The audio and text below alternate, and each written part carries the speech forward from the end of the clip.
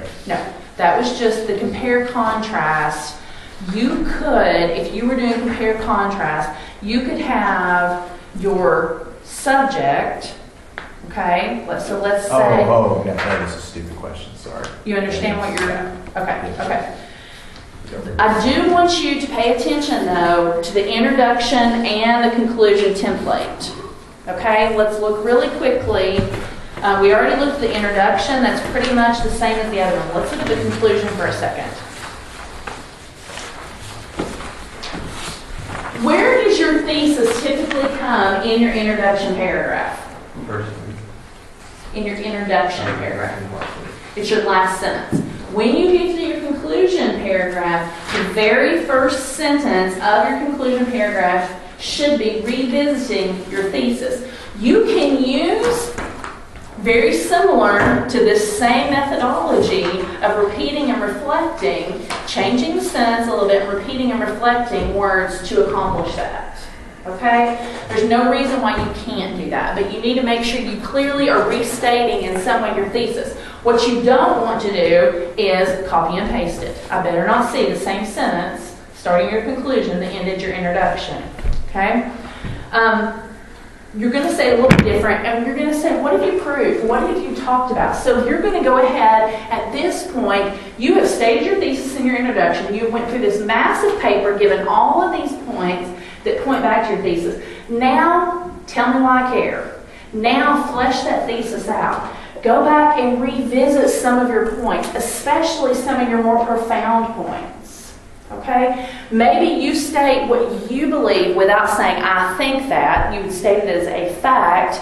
According to Dr. John Smith, the psychological benefits of playing organized sports trump everything else. And then you would discuss that. You bring us back to what you feel like is the most important point.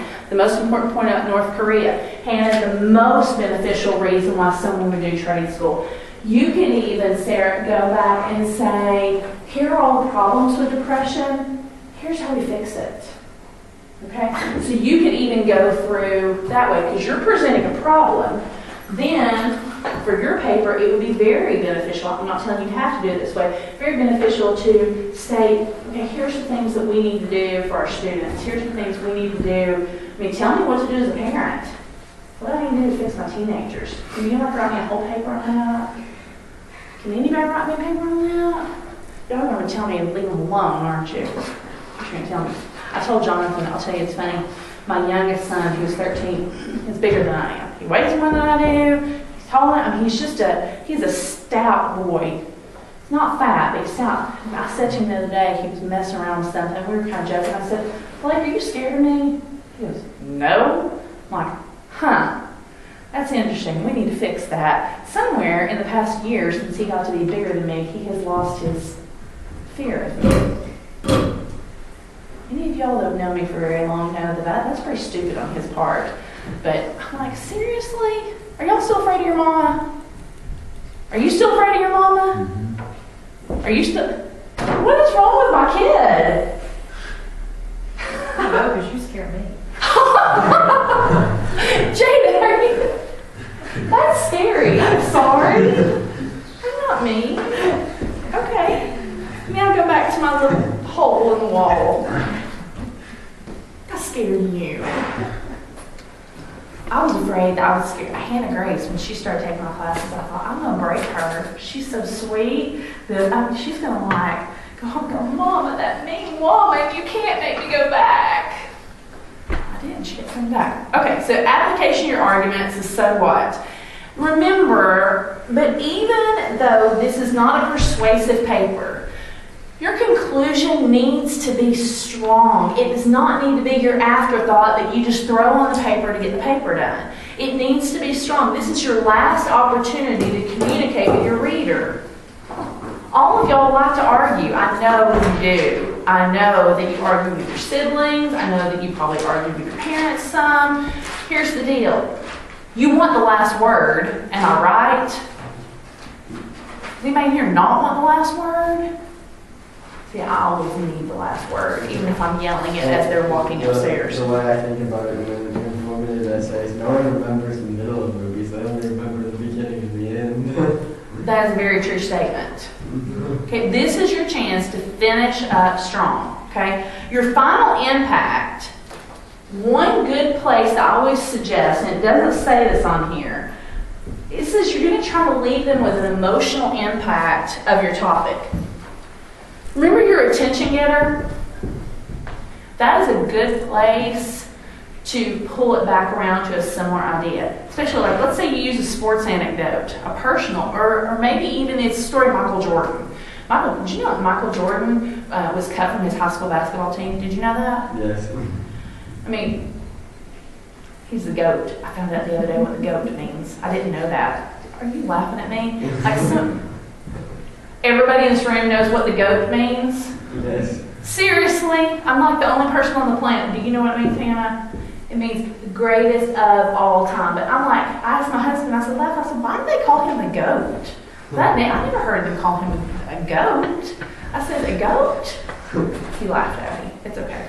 Did you know what the goat meant? Oh gosh. Okay, I thought it was safe with the girls. Anyway, so I mean, let's say you pull in an anecdote of that. So whatever you use to grab your reader's attention in, sometimes it's really nice to bring it back at the end. And again, it creates that sense of finality.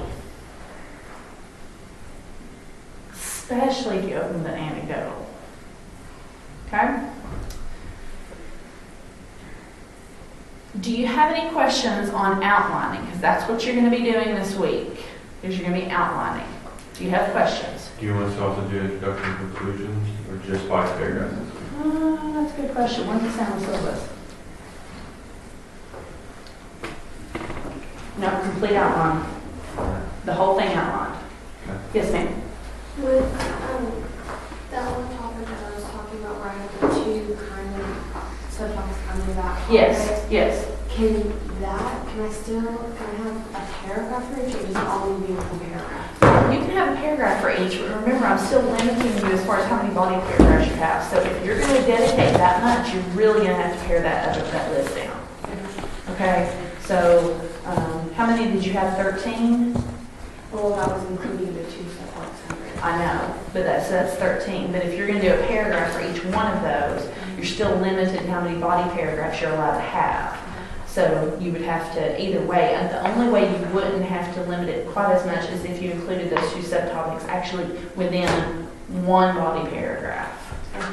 Okay? Any other questions?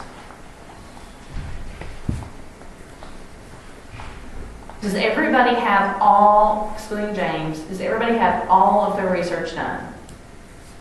Everybody has your primary source? Yes? Your print source? Okay. Remember, there was a question, I don't remember who it was. Somebody sent me. When you turn this in, okay, you will have it set up in your binder just like you did first semester. All of your note pages, all of your articles, so everything will have to be printed out. Obviously, if it's a print source, you cannot do that. I don't want a book stuck in there. Everything needs to be printed out. It needs to be filed in your folder the way it's supposed to be. Your outline will be in there. Okay. Next week, I want you to go ahead. Let's see.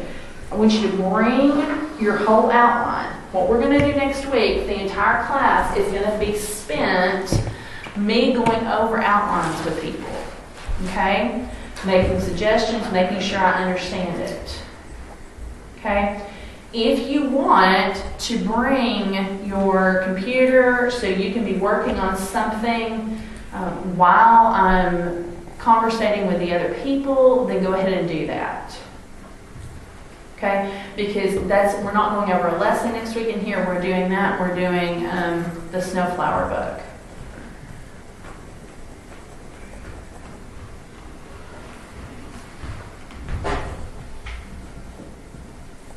Nothing else. Everybody's got it. What? Everybody knows what they're doing. Everybody feels, yes? How many subtopics do you just narrow it down to? You need to narrow it down to, you can only have 8 to 10 body paragraphs, so you're 8 to 10. That's the other thing. Let me hand this out to you real quick. I've got a couple other things. This is your outlining grading sheet.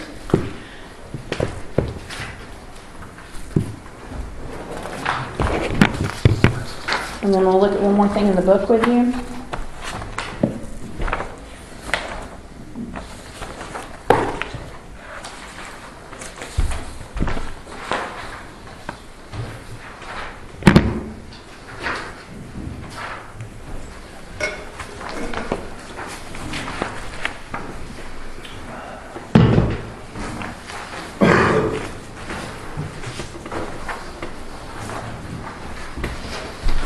Some of the papers here I was talking about. Okay, turn for just a second, page 180, no, 189 in your book. It is super important, I'm not going to go over everything on here, but it is super important that you read over this outline checklist before you start, okay? Super important. Look at the arrangements in chapter 14. You're going to be going back over those anyway this week with your quiz. On page 190 is what I actually handed out to you. Again, please look over it. Okay?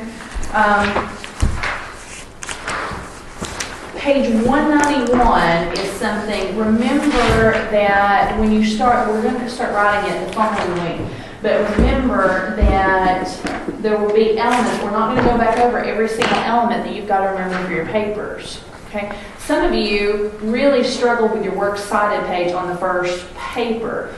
Some of you, even with your final draft that was turned in, it still wasn't correct, and I think by that point I had probably graded it at least 3 or 4 times. So make sure you're paying attention to the details of things, okay? So I cannot express to you how important it is that you all look over these checklists. Now, I'm giving this to you. This is actually the rubric that will be used to grade your paper. Now, why am I giving this to you now? Because in essence, when you start outlining, you're really starting the writing of your paper. Jonathan, did I hand you one?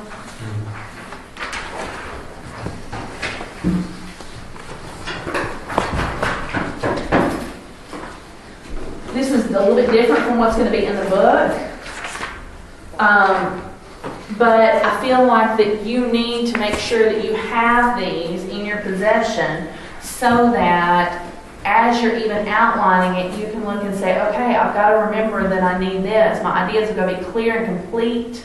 I've got to be able to support things with details. You've got to make sure that you remember all this. It also reminds you of how many body paragraphs you've got to have. It reminds you of how many sources you have to have. So make sure that you're taking a look at this too. Now, the way that I have organized this is we are going to spend, I think it's 3 weeks doing peer reviews.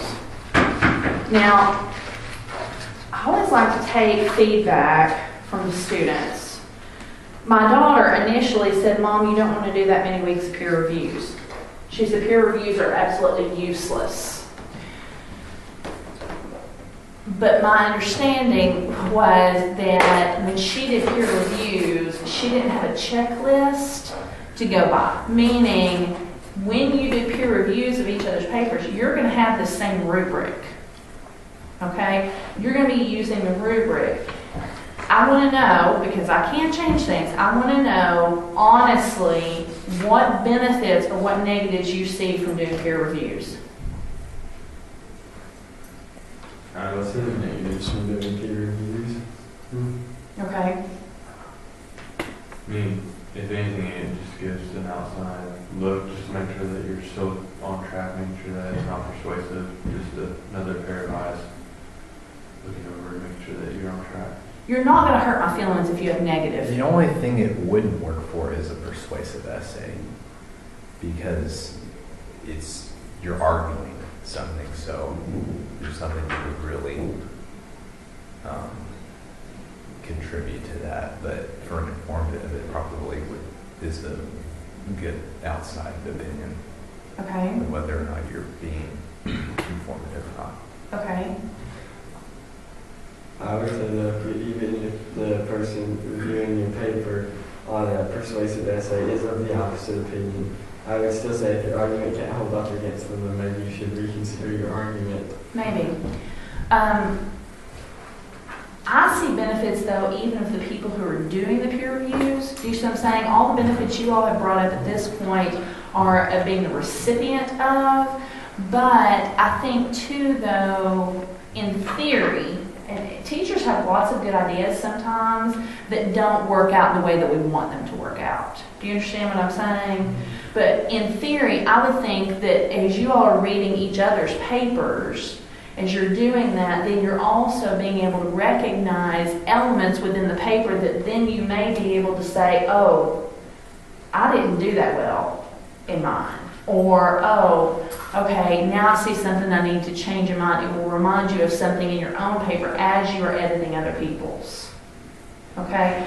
I have 3 weeks for that, which means you would have 3 sets of eyes other than mine on your paper.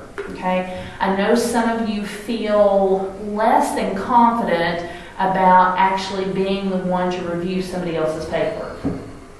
And let me speak into saying this. I am not an expert, and neither are you. But just like anything else, the more you do something, the better you get at it. Okay? And what we're going to make sure that you do is each week you're going to bring a fresh copy of your paper. So Hannah looks at Jonathan. No, we're not going to give Hannah Jonathan's paper.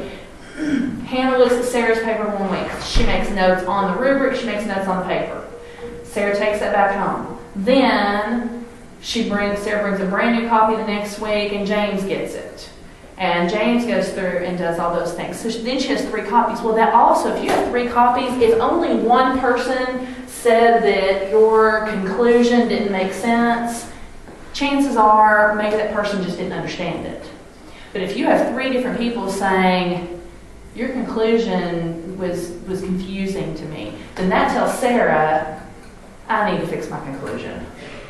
Do you understand what I'm saying? So it's not just one person. And that was one of the reasons. So when you write this paper, because you're going to outline it this week, you're going to write it the following week. When you write it, it needs to be a rough final draft. Okay? It needs to be complete. Okay? But it doesn't have to be turn-in perfect. And that does not give you the freedom to halfway do it and do a crappy job. Okay? But remember that you still have 2 to 3 more weeks to finish it and to polish it up. Okay? Yes, sir. Are you going to see the rough drafts before you do peer reviews? No. Okay. No. What we'll do is we're going to do peer reviews. Let's see here. Today is the 29th.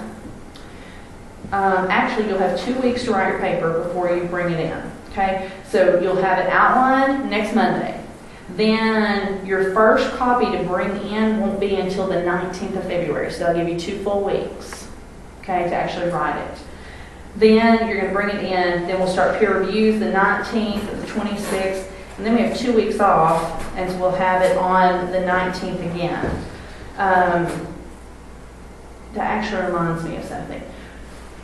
You need to make sure, and we're going to go back over this too later, but your literary critiques, you will have another one this semester, and those will be due at the end of March. Okay? You need to make sure that you look back over the information and how you did on your first paper for that to see what needs to be fixed, what needs to be changed. Some of you did well, some of you did not do well.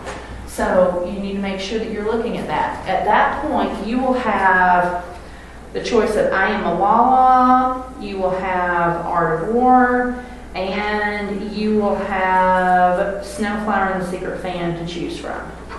Okay? So you'll have those 3 books that you'll be able to choose from for your literary critique. Now, I'm not trying to stress you out by reminding you of that. I'm just trying to make sure that you keep that in the back of your mind. Okay? Any questions? It's a good idea to look at the syllabus and kind of look ahead a few weeks and see what's coming down the track. Okay? All right, put this stuff up. We're going to chat about art of war.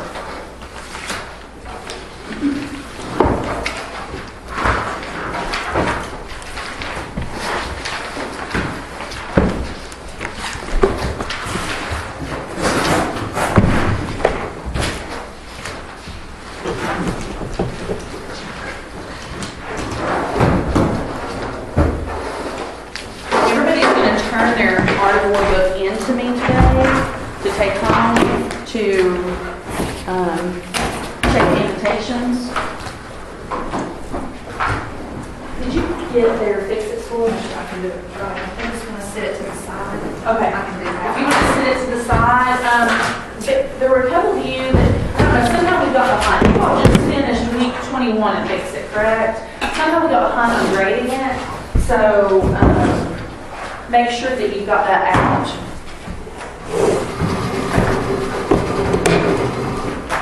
To the side, I'll have to check.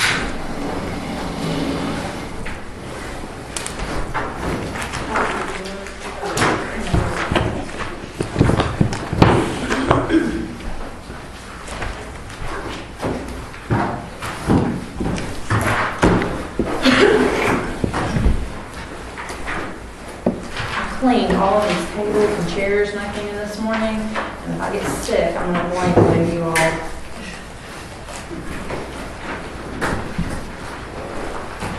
They may have flu in their house or have had flu in their house. James, you know, put your hand down. I need to quarantine you. Is anybody still sick in your house? What? Yeah. And mom might get it. Oh my gosh. You see, the way it works in our house is there's never that everyone gets it at the same time. One person gets it, and then as soon as they start getting better, another person gets it, and it Aren't you goes, glad you're sitting next to him? goes all the way around. Well, I'm on medication. Would you like hand sanitizer? I'm on. Might not be for next week. I'm Man on- up. Fortunately for you guys, I've been on medication long enough that the doctors tell me I'm no longer contagious. Well, I know, but you could have your mama's germs on you. Does she hug you? James, I'm messing with you. I've taken the shower since then. I'll tell you what's funny is you know how there's some moms that are so sweet. I'm sure some of y'all got those moms that just take care of you when you're sick. You know what I do to my kids? I say, go to your room. Do not open the door. If you need something, you call me. I sit it outside your door. And then when I leave, you can get it. I don't know. That's the way my brother and dad are, but my mom is the one that will come into the room and stuff. And I'm like, Mom, you're gonna get sick. Okay, here's the deal. I have lamented over your all's lack of engagement and involvement in conversations. Lamented. So everybody is going to talk today. Ben's like, great. Ben, if you can go up against those boys on that basketball team and be aggressive, I know you can. Don't you smack talk on the court. I guess. Okay, then you can talk in here. I can see the meanness in your eyes. I know you can talk. Sarah, talk. Okay, here's the deal. Obviously, the main theme of this book is what? Okay, but there's an underlying theme in here, and I'm wondering if anybody catches it. This is about all the people who think this book is like the best thing to read, like how people mistake and stuff like that. We're going to talk about that in a minute. What if I told you there was an underlying theme of peace in this book? Think about that for a second. I want you to think about how you might find an underlying theme of peace. Well, I guess because he's talking about how to wrap up conflicts really quickly and to always achieve victory, because you'll always have peace if you're always achieving victory. Okay. Because if you achieve victory 2 or 3 times, people will start to think it's not a fluke and they won't bother you anymore. Okay? That's definitely one way. Swift victory. What else?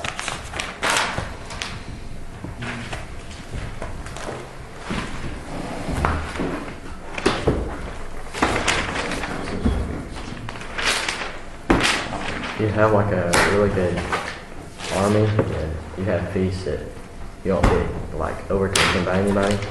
Okay, so you build up a powerful army. It kind of goes back, echoes a little bit what James said, in the fact that they're not going to mess with you. You'll have peace because just the threat of what you have at your disposal. Do you think that Sun Tzu, though, relished the idea of war? We're going to pretend like he is a real person for a second, one singular real person. I was going to say, they would say, like, he's probably not. Yeah, and we talked about that one week while you were gone. I think he relished the idea of war. I think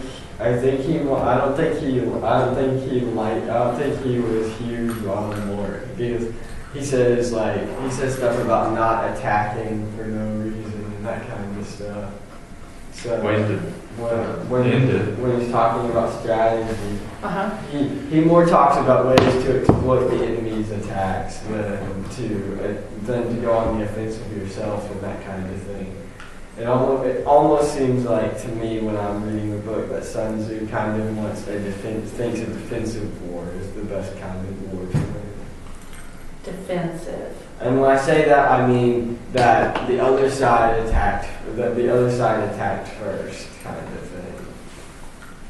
Am I forgetting that then? I thought the way I came across of it was if you knew they were going to attack, if you knew it was unavoidable, then go on the offensive. Am I wrong? Did I misunderstand that? No, he says that. But then again, the way I read that is still the enemy is making the first act of aggression.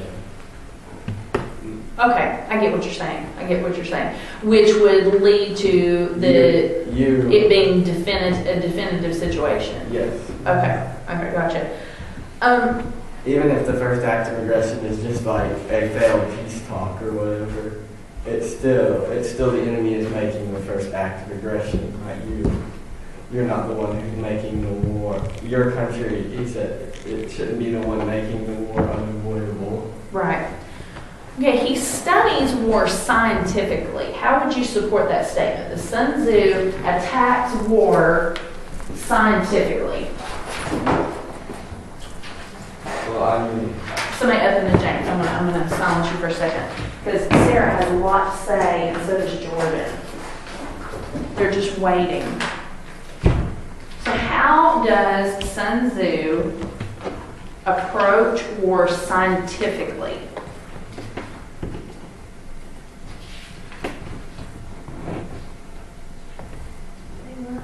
Be through process. Through process. Okay, how else? I don't think I understand the question. Yeah. It Okay. kind of sounds like the answer. Okay, let's talk about a scientific method for a second. We'll switch over to science for a second. And I don't need a science answer, like an answer you would give in chemistry or something like that. But what is the scientifiit method? What is it comprised of? I really would say Observation. Observation, what else? Isn't it observation, testing, and repeating or something Okay. like that? Okay. But think about this. You have a science. Well, no, that's how you get scientific law. Let's take a chemistry for just a second. Is everybody in here taking chemistry? No? I've taken Oh, you it. poor thing. I hate chemistry. Taking it now. I would rather or somebody has- cut my leg off than make me take Taking chemistry. it now or has taken it. Taking it now or has taken it. That is the spawn of Satan. What, chemistry? Chemistry. Chemistry is Here's the fun. funny thing. I That like chemistry is the single one reason why when Grace was little, I said, I will not homeschool in high school. It was the single reason. I'm like, I can relearn calculus. I can do all that. I can do all of it. But if I have to teach chemistry, she's going to be the dumbest rock that you've ever met in your life. That's awful. And do you know what's so funny? She turned out to be really good in science. So what happens then is Gavin, who is not really good in science, is coming up. He'll take chemistry next year. You know who's going to help him with chemistry? Not me. It's going to be Grace, and sure knows it. In fact, when she was planning on going away to school, we already had to work out how she was going to communicate with Gavin every day via what do you do that? Not iMessage. Y'all, come on. What is it when you can look at each other on the phone? FaceTime, thank you. Do FaceTime, but now that she's not going away to school, I'm like, you get to teach kids for you. Okay, back to it. If you're doing a science experiment, you have to do things methodically. Yes? It has to be broken up piece by piece by piece by piece by piece, and there has to be order to it. If you think about how God created the world, even He created it with order. Now, we have sure figured our best ways to screw all that up, but He created it with order. The way Sun Tzu goes about this is very similar. How do you see order and how do you see the scientific ideals throughout his plans for war? No. This is either Sarah or Jordan or Ben or Hannah. He has lots of steps leading up to whatever he's trying to say. Like he says, like how to defeat something, and then he puts like step by step. You know, there's lots of different ways on how to do it, and he also like leads up to that particular thing. So I don't know. He just does that a lot. So Okay, he breaks it up into small pieces. He's also repetitive, isn't he? What, you were about to say something. You look like you were about to say Yeah, I something. was. I'm a little bit lost on that. I get how he had a lot of like process in what to do. Yeah. And that's what I'm saying. Meaning, think about it this way. Even the way the book is written, the book, I mean, it's been translated, but it is literally written almost like the Proverbs in the Bible. Think about this. When you read Proverbs, you're not reading a story, are you? You're reading a statement, and a statement, and a statement, and a statement. Now, do some of them correlate, like 4 or 5, or even maybe 10 verses together? Yeah, sometimes. Or sometimes you have, you know, I'm making this up. Proverbs chapter 3, verse 9 has absolutely nothing to do with verse 8 or verse 10. Do you understand what I'm saying? And there's order to his, meaning it is sequential, but it breaks it up into statements. Now see, your all's books are different than mine. Mine have his statements, his rules, and they're numbered, and then it has commentary under each one of them. Does anybody else have a book like that? You do? It's good, but no comment. Yeah. Yours has no commentary? Was that awful? Yeah, pretty awful. Was it pretty? He did have commentary. Ours had all like reading a that. shopping list. It was what? Reading a shopping list. Yeah. Reading a shopping list. So next time I teach this book, I need to require them to buy the kind that has commentary. I mean, I kind of liked it. It gave you room to annotate. Yeah, they give a lot of room to do that. Well, I still have plenty of room to annotate. I mean, see? Sure to annotate.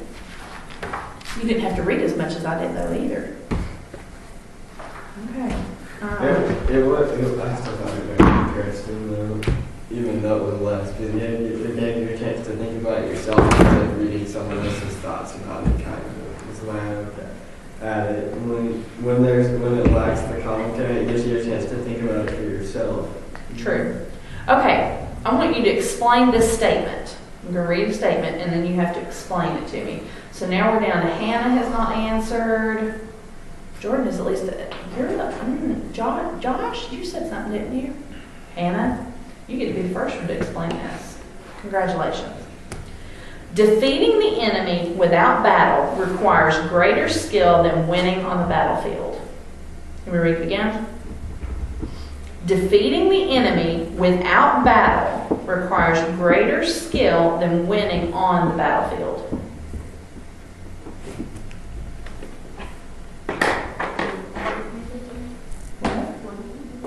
I want you to explain that to me. is it saying just doing it without having to fight and lose? How does that require greater skill? Could your brother beat you up if he wanted to? Would he have any problem doing that? Why? What makes him have an advantage in battle, if you will? He's 6'4", yes. And he's not a scrawny 6'4" at that, right? Okay, so he physically has the advantage over you. Okay? Now, what if, so would it be easier for him to just physically subdue you or to convince you to do something? Which would be easier or harder for him? Okay, because then it has his ability to convince you, you all are on completely equal footing. Yes? Okay, even though he's older and I'm sure much wiser than you, right? Yeah, okay. Okay. So but his size then plays absolutely no part in it at all, right? So think about it this way. You know, you could have a small, insignificant country, if you will, but if their diplomacy is better, then they don't have to go to war with us. So, and there's less loss that way. Somebody else, what else do you think about that statement? Go take it a different direction than I took it. Yes? I think you could having this skill, it would also help if you have a stronger army. That way they would consider that you could take them if you had to go to war. Uh-huh. So it would help that it maybe give you a little bit of advantage. So Jonathan can convince you quicker to do something because you know his physical attributes are behind him. That's kind of what I was thinking is, no one really wants to go to war with America, China, or Russia right now because America, China, and Russia basically dominate the military in the world militarily. So they don't really have to worry about threats from smaller countries. But also, another way you could look at it is that the victory off the battlefield leads to victory on the battlefield type of thing. Because in the invasion of Norway, the British and Americans convinced the Germans to start moving troops out of France into, in the invasion of France on D-Day, the American and British used inflatable tanks to convince the Germans to start moving troops up the coast from France to Norway. They used did you say inflatable tanks? Yes, basically. Are you being for real? Yeah, they got a bunch of. Did you know that? They got a bunch of inflatable tanks, basically balloons that looked like tanks with nets over them, and they lined them up on the coast and had a bunch of ships there that looked like they were about to take tanks to Norway. And that was how they got D-Day to be less fortified before they invaded. And if the Germans hadn't fallen for that D-Day, we would have been a failure. Well, that is really interesting. I'm perplexed by that. Where did you learn that? That's just one of the things that I love history, so I'm always reading about stuff like that. That's just one of the tactics that they employed, because the Germans' only way of seeing the coast was by airplane. So from the sky, it looked real enough that they would think they were amassing tanks, and they had a bunch of people milling about there so that they would see an invasion force. So the Germans would think an invasion force was getting ready to head to Norway. Well, watch it all. Okay, I didn't know that. But that's what I'm saying is, maybe by employing deception before the battle and convincing your enemy to do something to make a mistake, it leads to victory on the battle. Does Sun Tzu incorporate deception into his plans? Isn't there a whole chapter called Deception? There is an entire chapter called Deception. And, which I think is interesting because we had a discussion in my house about whether war is biblical or not, because you're killing other people. And I said, well, David was called a man after God's own heart, and he was probably the most warring king. And I said, it depends on the heart and the purpose behind it. Remember, God punished the Israelites for not killing everyone. Absolutely. Okay, so let me ask you this. This was obviously written, they think about probably 3,000 years ago, approximately. Okay? there's a lot that's been changed. And one huge change within military tactics is technology. How do you then do these new weapons invalidate his plans and his suggestions and the way that he looks at and works through war? Does technology invalidate how Sun Tzu approaches war? No, How? they're just Or why? tools. I would, They don't, they're not a plan or a way that you approach it. They're just stuff that you use to. There's still principles before you use them. yeah. Okay. Well, the thing I was going to say is, it's not like every age hasn't had its trump card, so to speak. Right now, it's nuclear weapons. But back in the past, there were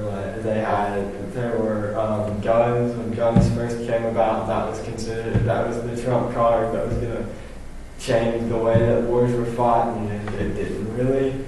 Before that, they had, I forget what it was called, the Phalanx formation, and that was going to change the way that wars were fought forever. And Airplanes in World War II. yeah. Well, airplanes were the closest and farthest it ever got from changing the way wars were fought.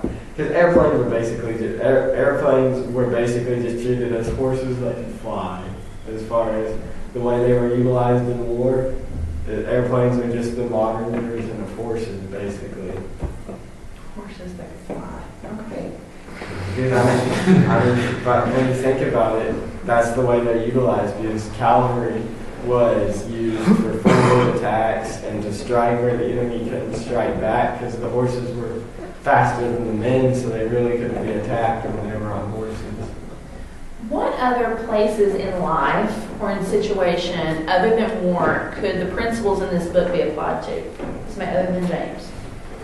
I know what the answer is supposed to be, but I highly disagree with No, I think there's not just one answer to this question. In what areas of life could the principles within Sun Tzu's book be applied?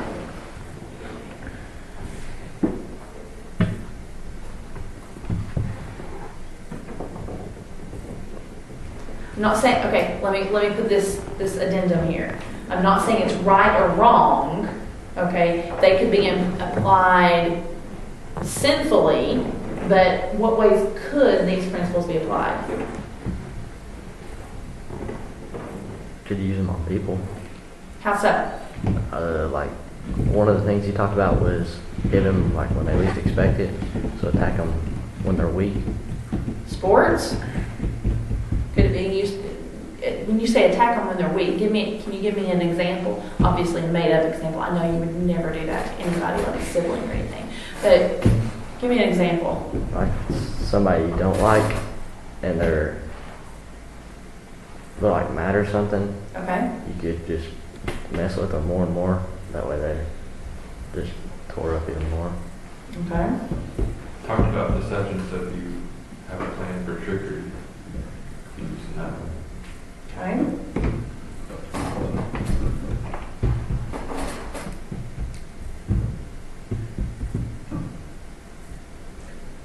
Is it applicable in sports in any way? Yes, no? I'm told it is. Basically, if there is an area of life that involves competition, there's someone who says that everything they know they learned from Sun Tzu. Okay. He could lead by example by all like the process and thinking that he used for like bosses of companies and all that. Interestingly enough, when I was researching this, I found this article. I read that article. You probably read this article. I read Okay. that article's title and I just knew exactly what it was going to say. This is from Business Insider. The Best Lessons from the Art of War, a book Evan Spiegel bought Snapchat employees when he felt threatened by Facebook. When Mark Zuckerberg and Snapchat CEO Evan Spiegel first met, Spiegel left the meeting feeling unsettled. According to a Forbes interview with Spiegel, Zuckerberg had said Facebook was working on an app that sounded a lot like Snapchat, Poke, and that the app would soon be launching. It was basically like, we're going to crush you, Spiegel told Forbes' JJ Claude. Spiegel quickly purchased a book, The Art of War by Sun Tzu, for each member of his 6-person team. The Art of War was written by a Chinese general named Sun Tzu more than 2,500 years ago, possibly in the 6th century. It's long been heralded for its advice on military success, and this advice has since been co-opted by legions of armchair soldiers and generals in the business world. The book is composed of 13 chapters, each of which focuses on a different one. So, like some of the ones, he says, on management, care about your team, but also be tough. Because Sun Tzu says you need to care about your soldiers, but if you think about the story in the very beginning, the introduction of the book, he murdered those 2 women. Now, we don't know if that is figurative language, but the point still stands, that he's saying, listen, if your armies aren't doing what you want to, take your generals out. Hire great people, because weak, frustrated subordinates will cripple you. Transfers over to the business world. When the common soldiers are too strong and their officers too weak, the result is insubordination. When the officers are too strong and the common soldiers too weak, the result is collapse. On strategy, know your enemy. If we know that our own men are in a condition to attack but are unaware that the enemy is not open to attack, we have gone only halfway towards victory. All warfare is based on deception. Now the question is, when is deception cross the line? Okay, if we're saying that it's part of war, and I think even if we look biblical, there are times that deception was used in those situations. When does deception cross the line of being sinful?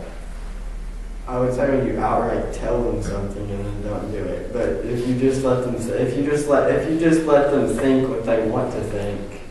Who is they? Well, your opponent